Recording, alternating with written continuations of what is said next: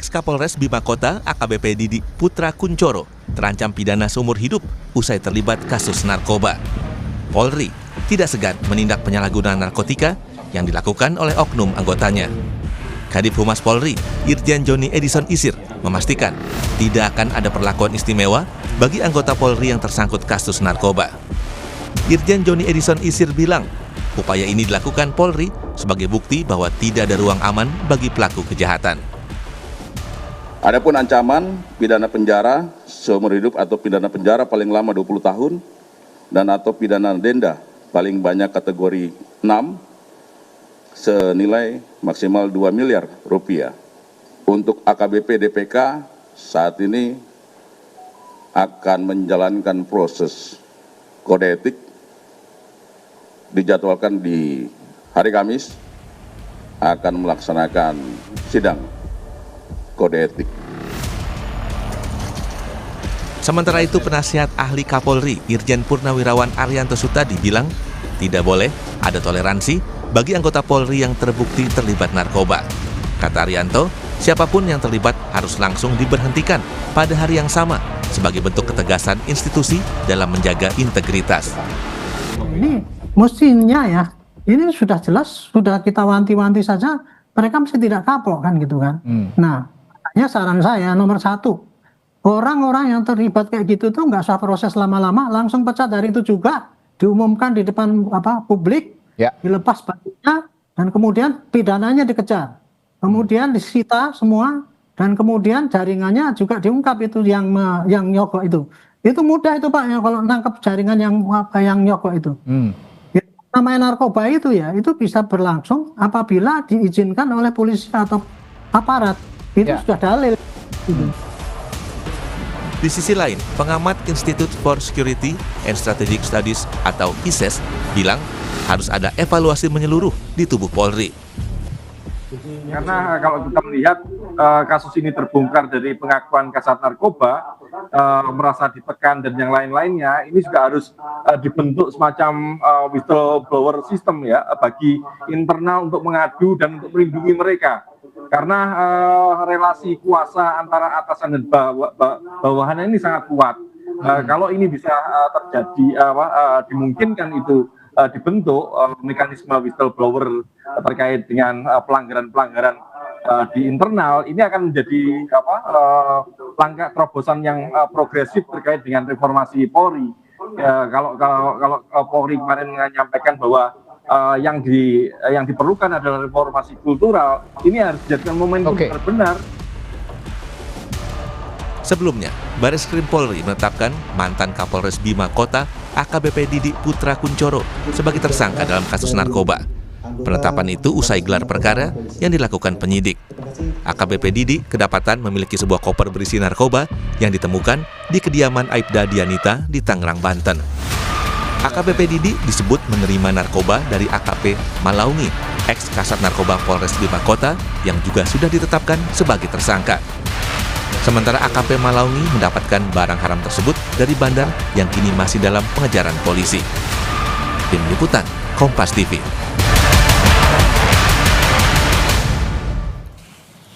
Ex-Kapolres Bima Kota AKBP Didik Putra Kuncoro ditetapkan sebagai tersangka dalam kasus narkoba. AKBP Didik pun terancam pidana seumur hidup usai terlibat kasus narkoba. Seperti apa pengawasan terhadap penegak hukum yang menangani kasus narkoba agar hal serupa tidak terulang kembali? Dan bagaimana memberantas peredaran narkoba di internal kepolisian? Kami akan bahas dengan sejumlah narasumber yang sudah bergabung melalui sambungan daring. Yang sudah bergabung ada Ketua Penasehat Ahli Kapolri Komjen Purnawirawan Ito Sumardi, dan nanti akan juga bergabung menyusul anggota Komisi 3 DPR RI fraksi PKB Hasbiallah Ilyas. Saya sapa dulu Pak Ito, selamat pagi Pak Ito. Selamat pagi Mas Bre, selamat pagi Pak Hasbi. Ya, Pak Ito, bicara soal kasus ini yang sedang heboh di Bima Kota. Kemudian ini kan kasusnya berjenjang gitu ya Pak ya, berawal dari Bribka Karol, kemudian naik ke AKP Malaungi, kemudian naik lagi ke Kapolresnya AKBP Didik gitu. Anda melihatnya ketika kita ada kasus seperti ini yang berjenjang seperti ini, apakah kita hanya berhenti sampai di tingkat Kapolres atau perlukah kita kemungkinan untuk melihat adanya keterlibatan, mungkin ada oknum yang ada di atas Kapolres? Ya, ini pasti ya Mas Bre ya, kita mungkin ingat dulu kasus yang melibatkan seorang petinggi Polri ya di Sumatera Barat, itu kan juga melibatkan daripada anggota-anggotanya. Nah, di sini kan terjadi lagi. Nah, sangat disesalkan ya, dan tentunya ini mencederai proses reformasi yang sedang berjalan. Nah, terkait dengan kasus ini, kan sekarang sudah ditarik ke Mabes Polri. Berarti Mabes Polri saat ini akan berusaha mendalami keterlibatan jaringan-jaringan, baik jaringan itu yang ada di internal maupun jaringan yang di luar. Kita semua tahu bahwa ini kan mulai dari Kapolres ya, yaitu AKBP, DPK, kemudian juga hasil pengembangan dari seorang Kasat Narkoba. Ya, nah, saya kira mungkin di sini nanti Mabes Polri juga harus melakukan langkah-langkah agar jangan sampai terjadi lagi ya. Tapi kan sulit ya, Mas Bre ya, kan bagaimanapun manusia kita nggak tahu ya bagaimana terjadinya ini, dan ini tentunya yang paling diharapkan adalah pengembangan kasus secara tuntas dan juga sanksi hukum yang betul-betul harus bisa menimbulkan efek deteren. Kalau tidak ini akan terjadi terus ya. Saya kira ini yang mungkin menjadi pekerjaan rumah bagi Mabes Polri dan Bareskrim saat ini sedang berupaya untuk secara intensif bekerja sama atau berkoordinasi dengan Polda NTB untuk bisa mengungkap termasuk jaringan pemasoknya itu yang saat ini sedang melarikan diri ya, saudara KE itu. Mudah-mudahan ini bisa dilakukan satu pengembangan maupun pendalaman yang betul-betul komprehensif dan mendalam. Demikian. Nah, untuk pengembangannya ini Pak Ito, apakah kita hanya mengandalkan misalnya, ini kan kata pengacara dari AKP Malaungi, ini kan apa yang dilakukan dia itu adalah sesuai dengan perintah atasannya, yang mana ini adalah AKBP Didik. Apakah hanya dengan nyanyian ini kemudian kasus ini bisa berkembang ataupun bisa dilihat siapa yang lagi yang terlibat di atasnya gitu Pak Ito?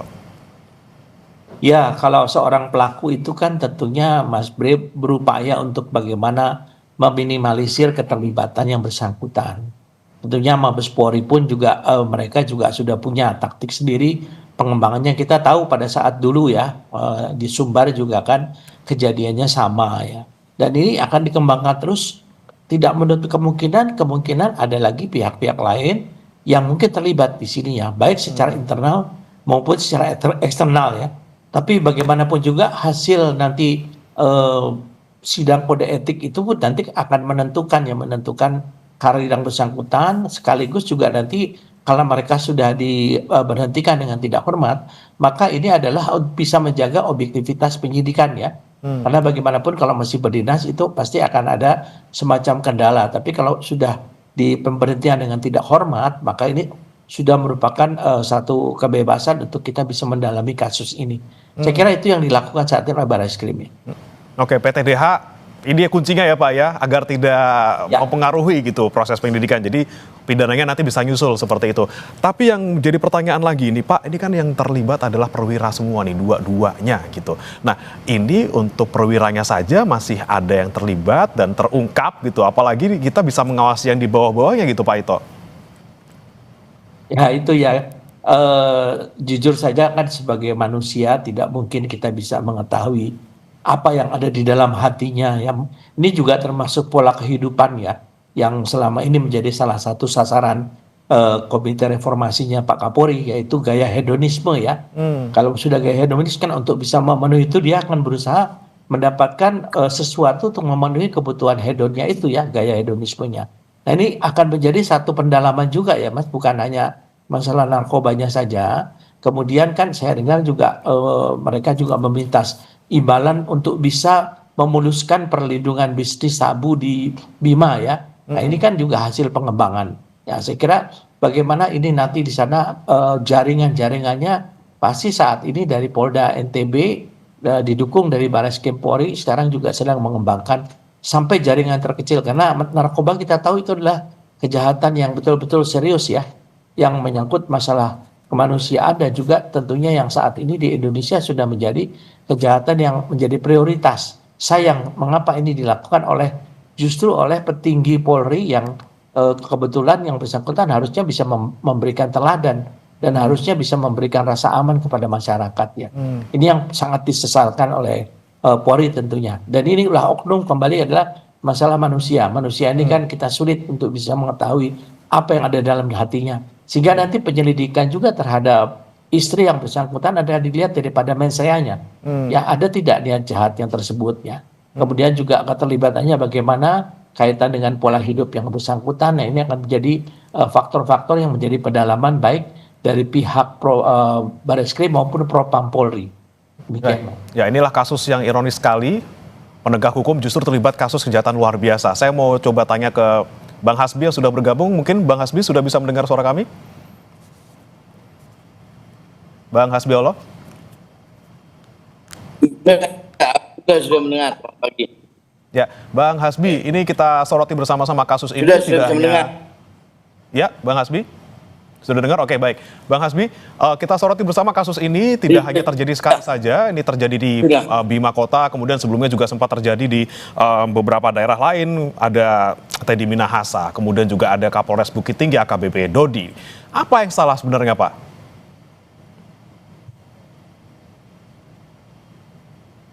Menurut saya begini, saya sebagai Komisi 3 sangat prihatin atas kejadian apa yang terjadi di Bima ya Pak.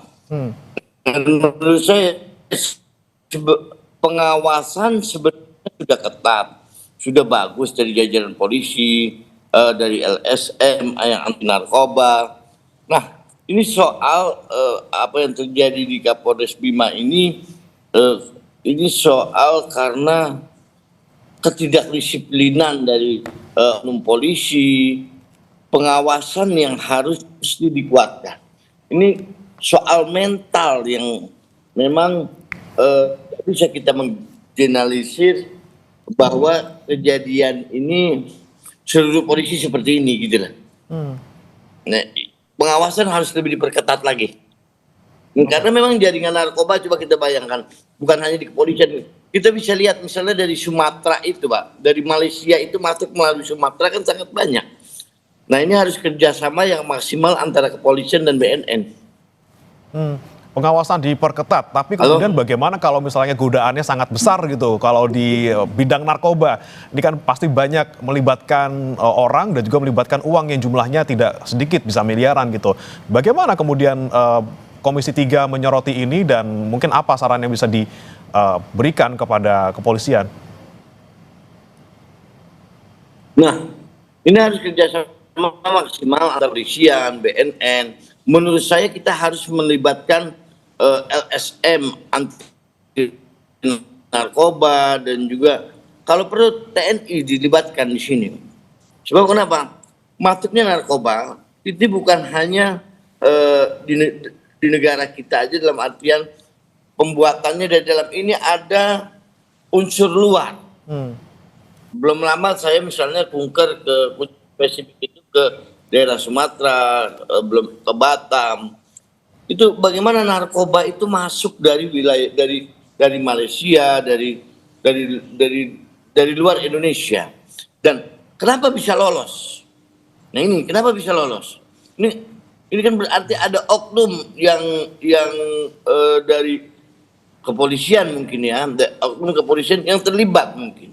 Nah, di sini pengawasan harus lebih diperketat. Memang narkoba di Indonesia ini sudah relatif lebih canggih dari kepolisian. Salah satu contoh misalnya kapal yang ngangkut narkoba itu, kemarin saya ke Batam itu Pak, ada informasi dari kepolisian Batam itu bahwa kecepatan kapal mereka ini sangat tinggi dibanding dengan kecepatan kapal, dan itu banyak yang masuk narkoba dari asing seperti itu. Nah, oknum-oknum seperti ini memang harus kita kepolisian harus lebih mempertegas lagi. Dan kita juga polisi tidak bisa bekerja sendiri, harus kita bantu bersama-sama. Oke, dari luar dibantu untuk pengawasannya Pak Ito, kita soroti lagi, ini kan narkoba adalah lahan yang dalam tanda kutip ini banjir gitu Pak ya, dengan perputaran uang yang luar biasa, godaan yang juga luar biasa, orang-orangnya juga canggih-canggih kalau tadi kata Bang Hasbi gitu. Nah, perlukah kita kemudian memfokuskan pengawasan yang lebih kuat di bidang narkoba ini dan juga melibatkan pengawasan dari pihak luar? Ya, saya kira sangat perlu tadi disampaikan oleh Pak Hasbi. BNN ini juga harus dilibatkan, karena pengalaman saya 5 tahun menjadi duta besar di Myanmar.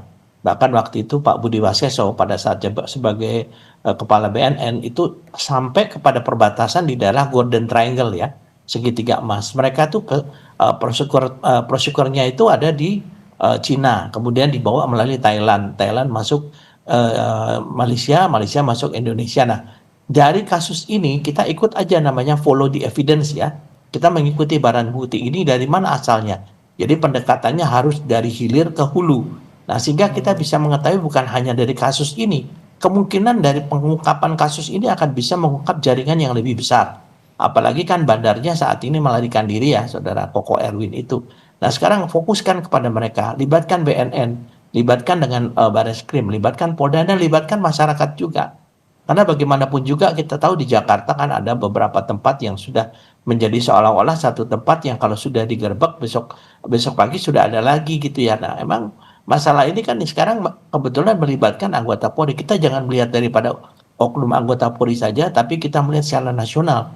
Nah, dari kasus di Bima ini tentunya kita harus segera secara serius melakukan menelusuri dari dari hilir ke hulu, dari mana asalnya, siapa-siapa yang terlibat, dan diungkap kepada masyarakat gitu ya. Jadi jangan sampai ada kesan bahwa kasus ini diperkecil ya, seperti tadi sampaikan penasihat hukumnya kan. Saya kira ya, kita semua harus bisa membuka diri kita untuk kepentingan nasional ya.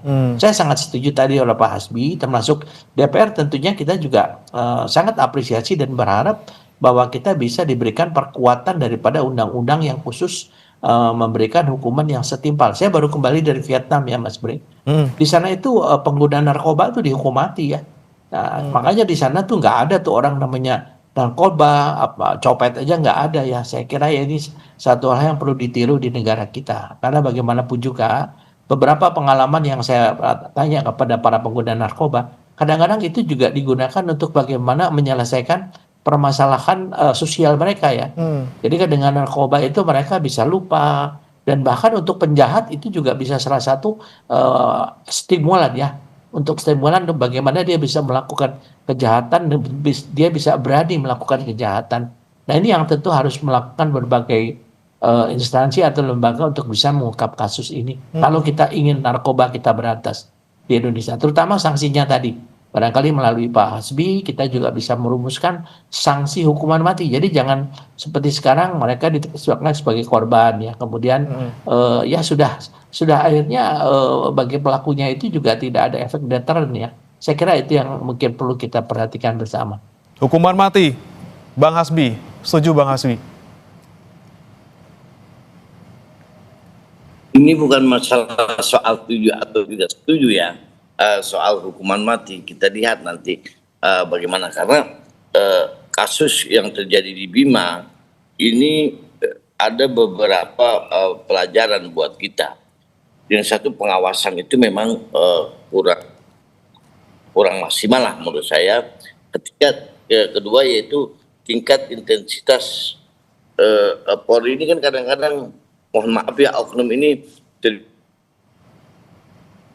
biasa hidup mewah, hidup seperti ini, yang memang terpengaruh dari lingkungan. Padahal gaji kepolisian kita tahu sendiri berapa. Nah, ini yang godaan-godaan seperti ini yang mesti bagaimana caranya dari Kompolnas dan pengawasan dari luar juga untuk mencegah jadi hal-hal seperti ini. Toh ini soal hukuman mati atau tidak, menurut saya agak berat di negara kita terapkan hukuman. Prakteknya seperti itu. Saya ingat tidak dulu pada ada salah satu korbi kalau nggak salah dari Australia. Jelas-jelasan mereka berbuat salah. Jelas-jelasan mereka melakukan penyebaran narkoba di kita. Buktinya pada waktu itu dikeluarkan. Praktek hukum yang ini sudah bagus. Cuman bagaimana kepolisian dan pengadilan menerapkan ini. Saya yakin ini soal mental, bagaimana masyarakat itu atau dari pihak polisi, dari oknum-oknum polisi ini bagaimana kita mencegah mereka untuk melakukan hal-hal seperti ini. Seperti itu. Oke, baik.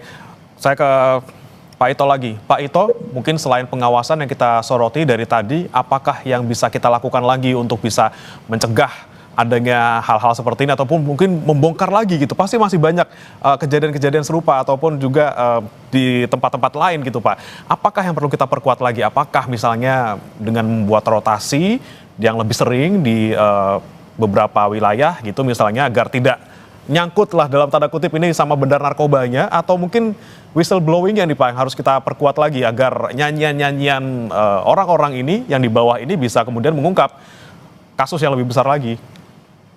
Ya, saya kembali tadi yang saya sampaikan ya Mas Pri, bahwa hukuman itu kan setiap perbuatan sanksi itu kan harus ada sanksi. Sanksi itu akan menentukan adalah efek deteren ya, efek untuk pencegahan.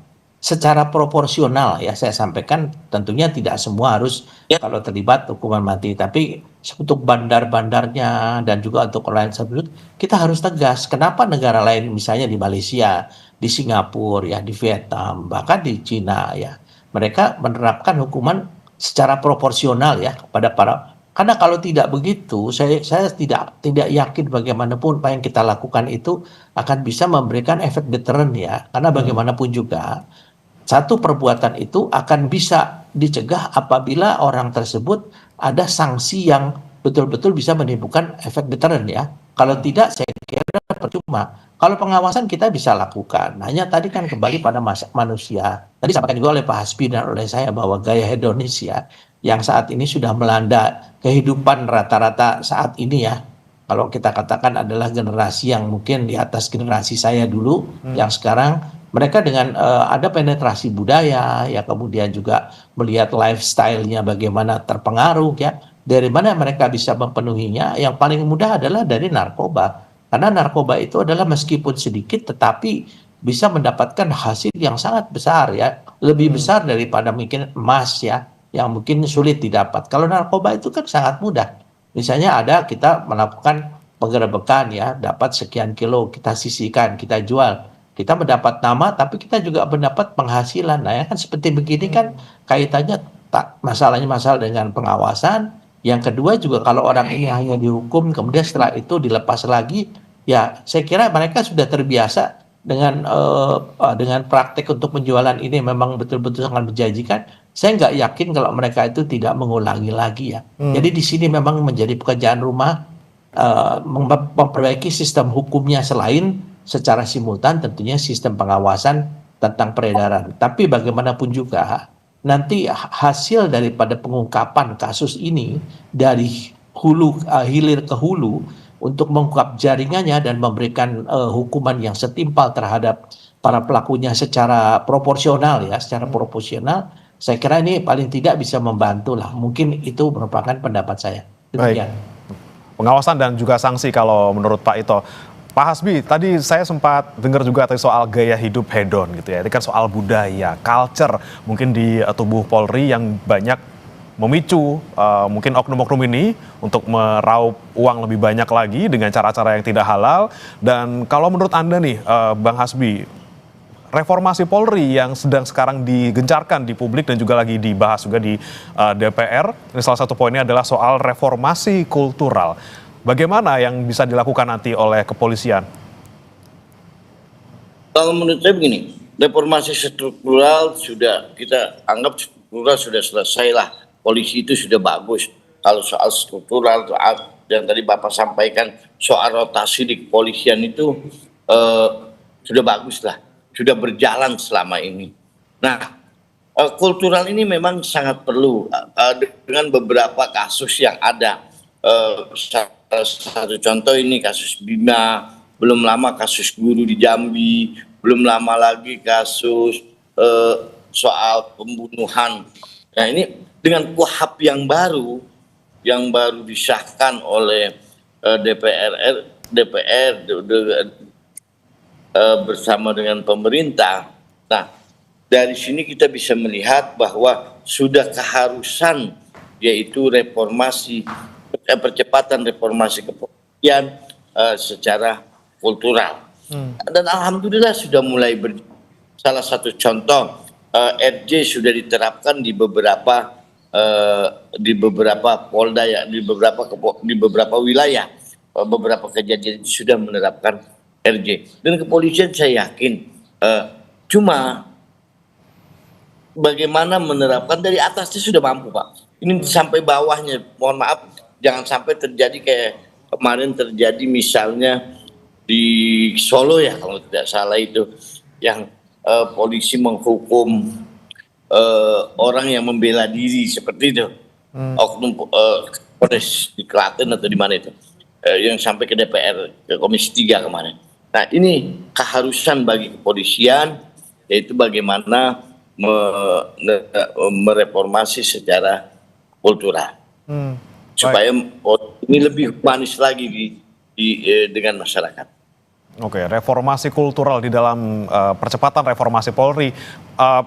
Pak Ito, ini soal kultural lagi-lagi ya. Ini kan kalau bicara kultural berarti kan bicara soal personel, masing-masing pribadi kepolisian itu. Nah, apakah kita perlu juga untuk mereformasi bagaimana tata cara untuk merekrut, kemudian juga melatih personel kepolisian ini supaya kita bisa pastikan gitu mereka adalah orang-orang terpilih yang secara mental juga baik, secara fisik juga baik, agar ya seperti ini tidak ada lagi gitu, Pak Ito. Iya, sangat perlu, Pak. Sangat perlu, Mas Bli. Saya kebetulan di Penasihat Ahli Kapolri itu kita selalu melakukan rapat rutin bersama Bapak Kapolri dan Wakapolri. Salah satu sasaran kita adalah memperbaiki bagaimana proses pengadaan sumber daya manusia Polri ya, dari mulai pendidikan, meritokrasi ya, kemudian bagaimana penempatannya dengan menggunakan asesmen ya, dengan asesmen ini kita lakukan meskipun saat ini kan sedang berproses ya. Kembali tadi kan kalau dalam pepatah orang Minang mengatakan dalam laut bisa diukur hati orang siapa tahu ya. Saya kira mungkin ini pun juga menjadi sesuatu yang akan menjadi evaluasi ya. Kenapa ini bisa terjadi? Tapi sekarang yang sudah dilakukan adalah bagaimana kita menerapkan merit system, kita menerapkan betul-betul objektivitas dalam penerimaan dengan menggunakan sistem IT ya. Jadi tidak ada lagi namanya titipan-titipan atau mungkin kalau hanya sebagai sesuatu yang sifatnya ada merupakan penghargaan ya terhadap talenta-talenta tersebut, tentunya itu juga sudah melakukan pertimbangan bagi pimpinan Polri. Jadi kembali reformasi kultural itu tidak semudah seperti membalik telapak tangan ya. Tapi kita tetap berlangsung terus dengan pengawasan DPR dan saya yakin apa yang sudah dilakukan saat ini jauh lebih baik daripada waktu-waktu sebelumnya ya, setelah dibentuknya tim reformasi percepatan reformasi di Polri, kemudian juga dari Komisi Percepatan Reformasi Birokrasi di pemerintah ya, yang diketuai oleh Pak Jimli. Saya kira ini sudah sinkron, tinggal sekarang bagaimana kasus-kasus ini, mengapa ini bisa terjadi, harus didalami, bagaimana agar ini sampai tidak terjadi lagi. Ini pun harus menjadi satu pedoman yang dibuat oleh Polri sehingga kultur ini bisa diawasi, sekaligus juga bisa diberikan satu untuk bagaimana faktor jangan sampai ini terjadi ya, yaitu sanksi. Baik sanksi administrasi di kepolisian maupun sanksi hukum ya, yang tentunya secara proporsional dapat memberikan efek deteren bagi para pelakunya. Demikian, Pak. Baik, kembali lagi saya ke Bang Hasbi. Bang Hasbi, memang sekarang semuanya sedang berproses, reformasi sedang dipercepat, di DPR juga sedang fokus terhadap itu, tapi kemudian kepercayaan publik ini sudah terlanjur luntur nih, Bang Hasbi, dengan banyaknya kasus-kasus yang melibatkan oknum polisi yang terlibat di dalamnya. Bagaimana nih sementara untuk bisa mengembalikan kepercayaan publik terhadap polisi? Enggak, kepercayaan masyarakat terhadap polisi beberapa bulan yang lalu hasil survei Kompas kok. Kalau tidak salah masih bagus itu. Masih bagus kepercayaan masyarakat terhadap kepolisian. Ini hanya oknum. Dari sekian banyak kepolisian yang ada, hanya beberapa orang yang melakukan ini. Mas, coba hari kita liburan. Hari ini kita libur, hari Senin, hari Selasa. Siapa yang jaga di lapangan kalau bukan polisi? Pada waktu Idul Fitri, pada waktu kita merayakan hari Natal, kita merayakan dengan keluarga, kita lihat bagaimana polisi di lapangan. Mereka bahkan sampai 3 hari, sampai 4 hari. Saya yang melihat langsung dan kebetulan saya di Komisi 3. Bagaimana susahnya mereka. Jangan semua kesalahan ini, saya sangat tidak sepakat. Kalau semua kesalahan ini dilimpahkan kepolisian. Betul bahwa negara yang baik kalau 70%-nya polisi itu baik. bagus. Tapi kepolisian hari ini yaitu proses untuk menuju lebih baik lagi. Wah, sekarang bisa lihat tadi saya setuju dengan Pak Komjen bahwa sudah tidak ada penerimaan yang pakai titipan-titipan lagi, sudah tidak ada di kepolisian sama sekali, Pak. Dan saya sangat kepolisian hari ini menuju kita dukung kepolisian ini lebih baik. Dari sekian banyak kepolisian, berapa oknum-oknum yang melakukan itu? Tidak banyak. Itu harus dilihat secara jernih ya. Jangan kita melihat dari satu sisi selalu mensoroti kesalahan oknum-oknum institusi kepolisian. Institusi kepolisian yang harus kita jaga. Karena kalau institusi rusak, maka semuanya akan rusak. Baik, jangan sampai hal-hal yang seperti ini, oknum-oknum ini, gara-gara nilai titik rusak susu sebelanga gitu ya, Bang Hasbi ya. Terakhir saya ke Pak Ito. Pak Ito, terakhir saja, ini kan memang tadi Anda sebutkan kuncinya adalah di pengawasan dan juga ada di sanksi. Tentunya sanksi kita butuh waktu yang panjang untuk bisa menerapkan sesuai dengan undang-undang misalnya, kemudian juga pengawasan kita harus mengajak banyak pihak untuk terlibat di dalamnya, kita butuh waktu juga. Tapi yang bisa kita lakukan sekarang nih, Pak Ito, untuk kasus ini khususnya misalnya, apakah memang setiap ada kasus yang seperti ini langsung saja di PTDH di hari itu juga tanpa pakai proses blabibu segala macam dan pidananya bisa nyusul atau seperti apa, Pak Ito? Yes, kan di dalam kepolisian ada namanya kode etik ya, Mas Bre, agar tidak mempengaruhi ya, jadi objektivitasnya itu bisa kita lakukan, kebebasan juga bagi para penyidik, kan penyidiknya juga kadang-kadang pangkatnya di bawah daripada oknum ya, daripada oknum tersebut. Saya kira itu juga sudah ada mekanismenya, kita harus kembalikan dia kepada masyarakat biasa dulu di PTDH, kemudian dilakukan penyelidikan ya secara internal, kalau memang terbukti dibawa ke ranah pidana. Satu hal yang menarik ya, kemarin kan DPR memanggil seorang Kapolres. Biasanya kalau DPR kan RDP itu kan dengan Kapolri. Ini berarti DPR sudah menjalankan perannya luar biasa ya, saya sangat apresiasi. Kasus-kasus yang menjadi perhatian masyarakat, DPR bisa turun langsung memanggil seorang Kapolres ya. Jadi saya kira masyarakat juga akan bisa melihat secara transparan apa yang dilakukan pengawasan oleh DPR Komisi 3 terutama. Dan saya yakin kalau ini bisa dilakukan secara berkesinambungan, ini akan memberi kepercayaan juga kepada DPR bahwa DPR menjalankan fungsinya secara optimal ya. Karena kalau hanya RDP saja itu kan secara global. Tapi kalau secara kasuistis yang terjadi pada saat beberapa waktu lalu ya, saya kira itu sangat baik. Kembali lagi masalah tadi, bagaimanapun juga untuk PTDH itu harus dilakukan apabila memang terhadap yang bersangkutan masuk dalam kategori pelanggaran berat. Karena ada pelanggaran ringan sifatnya disiplin ataupun diberi teguran, tapi pelanggaran berat adalah PTDH dalam rangka mempersiapkan untuk dilakukan proses hukum pidana. Karena polisi ini kan statusnya adalah aparat sipil negara yang dipersenjatai. Jadi kita ASN. Kita berlaku hukum publik ya, beda dengan militer ya. Saya kira demikian, Mas Bre.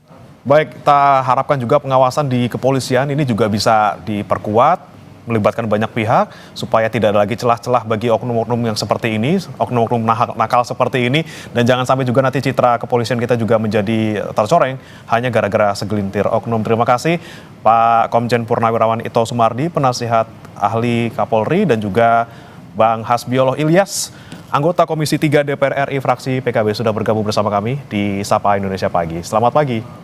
Ya, selamat pagi.